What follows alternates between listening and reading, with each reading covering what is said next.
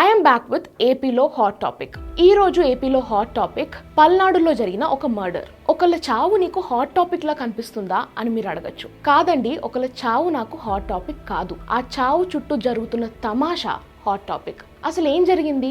నిన్న పల్నాడులో 9:30 ప్రాంతంలో జిలానీ అనే ఒక వ్యక్తి, రషీద్ అనే ఒక వ్యక్తిని దారుణంగా క్రూరంగా చేతులు నరికేసి చంపేశాడు. ఇది నడి రోడ్డు మీద అందరూ చూస్తుండగా జరిగింది. యూజువల్లీ ఇలాంటి మర్డర్ కేసెస్లో మర్డర్ జరిగిన తర్వాత అతన్ని అరెస్ట్ చేసి ఇన్వెస్టిగేట్ చేసి దాని వెనకాల రీజన్ ఏంటో కనుక్కొని జైల్లో వేస్తారు. కానీ ఇక్కడ మర్డర్ జరగడంతోనే, అరెస్ట్ జరగడంతోనే YCP leader Jaganmohan Reddy, YCP నేతలు కలిసి దీన్ని ఒక పొలిటికల్ ఇష్యూ కింద పబ్లిసైజ్ చేయడం మొదలుపెట్టారు. జిలానీని అరెస్ట్ చేసిన తర్వాత ప్రైమరీ ఇన్వెస్టిగేషన్ తర్వాత పోలీస్ ఆఫీసర్ ఈ మర్డర్ వెనకాల రీజన్ పొలిటికల్ ఎఫిలియేషన్ కాదు అని, వాళ్ళకి ముందు నుంచే పర్సనల్ ఇష్యూస్ ఉన్నాయని, ఇంకా పూర్తిగా ఇన్వెస్టిగేట్ చేస్తున్నాము అని చెప్పారు.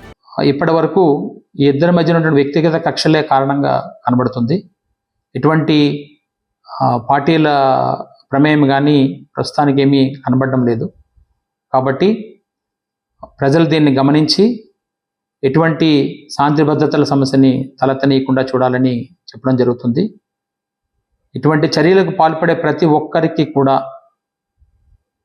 కఠినమైనటువంటి హెచ్చరికలు అయితే చేయడం జరుగుతుంది. పోలీస్ నుంచి కఠినమైన చర్యలు కూడా తీసుకుంటామని చెప్పి ఖచ్చితంగా చెప్పడం అయితే జరుగుతుంది.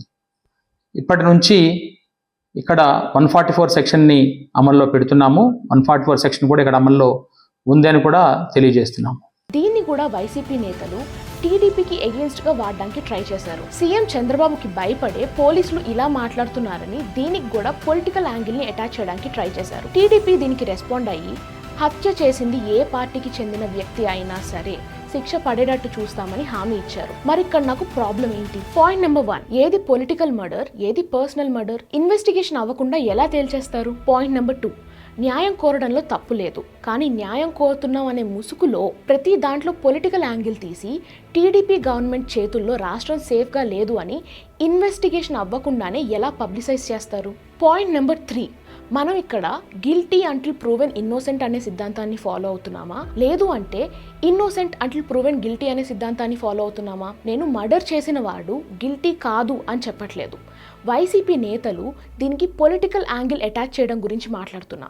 పాయింట్ నెంబర్ 4, ఒక స్టేట్లో గవర్నమెంట్ ఫామ్ అయిన తర్వాత ఆ స్టేట్లో జరిగే ప్రతి క్రైమ్ వెనకాల పొలిటికల్ యాంగిల్ ఉంటుందా? అలా అయితే వైసీపీ పాలనలో ఆడవాళ్ళ మీద, పిల్లల మీద జరిగే క్రైమ్స్ యొక్క రేట్ పెరుగుతూ వచ్చింది. అది కూడా పొలిటికలేనా? పాయింట్ నెంబర్ 5, మర్డర్ చేసిన వ్యక్తి ఏ పార్టీకి చెందినా సరే శిక్ష పడేటట్టు చూస్తామని హామీ ఇచ్చిన తర్వాత కూడా గవర్నమెంట్ ని దూషిస్తూ ప్రతి దానికి ఒక పొలిటికల్ యాంగిల్ అటాచ్ చేస్తున్న వాళ్ళకి నిజంగానే న్యాయం కావాలా, లేదంటే ప్రభుత్వం లేదు, పదవి లేదు అన్న దానికి ప్రతీకారం కావాలా?